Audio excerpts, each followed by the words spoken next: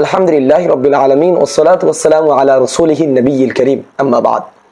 সুবর্ণচর থেকে ভাই মোহাম্মদ আরমান হোসেন আরো একটি মাসআলা জানতে চেয়েছেন। কেউ যদি কোরবানির সামর্থ্য থাকা সত্ত্বেও কোরবানি না করে তার জন্য শরিয়াতে কি হুকুম আছে? জি, আমাদের মাথায় রাখতে হবে হানাফি মাযহাবে নিসাব পরিমাণ সম্পদের মালিক। আমরা জাকাতের যেই নিসাব আপনাদেরকে বলেছি, যদি কেউ 7.5 ভরি স্বর্ণ কিংবা 52.5 তোলা রূপার মালিক হয় এবং সেটি যদি তার কাছে হাওলাল হাওলাইন, এক চান্দ্র বছর থেকে অন্য চান্দ্র বছর পর্যন্ত পুরো 1 বছর তার কাছে সেটা গড়ে, সেক্ষেত্রে তার উপর কিন্তু জাকাত ওয়াজিব হয়ে যাবে। তো আমাদের কোরবানির হিসাবটা হুবহু এরকমই, তবে কোরবানির মধ্যে হাওলাল হাওলাইন কোনো শর্ত নয়। অর্থাৎ কেউ যদি জিলহজ মাসের 10 তারিখ থেকে শুরু করে 12 তারিখের মধ্যে 7.5 ভরি স্বর্ণ এবং 52.5 তোলা রূপার মালিক হয় বা এই পরিমাণ সমমূল্যের টাকার মালিক হয়, সেই হিসাবে তার উপর কোরবানি কিন্তু ওয়াজিব হয়ে যাবে। আল্লাহ রাসূল সাল্লাল্লাহু আলাইহি ওয়াসাল্লাম স্পষ্টভাবে হাদিসের মধ্যে ঘোষণা করেছেন, মান কানা লাহু সাআতুন ওয়া লাম ইউদাহি ফালা ইউকরাবান্না মুসাল্লানা।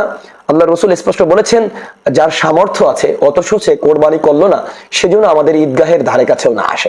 হাদিসটি সুনান ইবনে মাজার 3123 নম্বর হাদিস এবং মুসনাদে আহমদেও এটি রয়েছে 8271 নম্বর হাদিসে।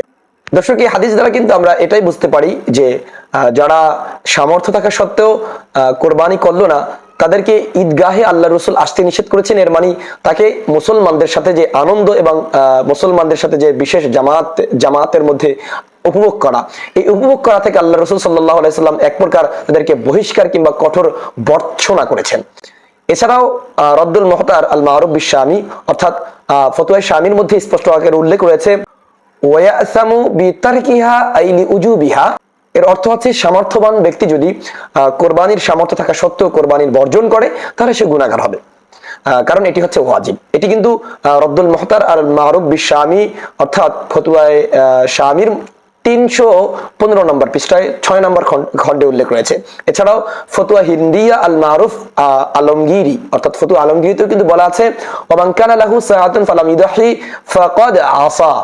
যার সামর্থ্য আছে কিন্তু কোরবানি করেনি, ফাকাদ আসা, সে কিন্তু অবশ্যই আল্লাহর সাথে নাফরমানি করলো। সুতরাং সব দিক বিবেচনা করে আমরা দেখি, কেউ যদি ইচ্ছা করেই কোরবানি সামর্থ্য থাকা সত্ত্বেও কোরবানি করলো না, সে কিন্তু কাফির হবে না কিংবা মুরতাদ হবে না, বরং তার উপরে ওয়াজিব তরক করার জন্য গুনাহ অর্পিত হবে।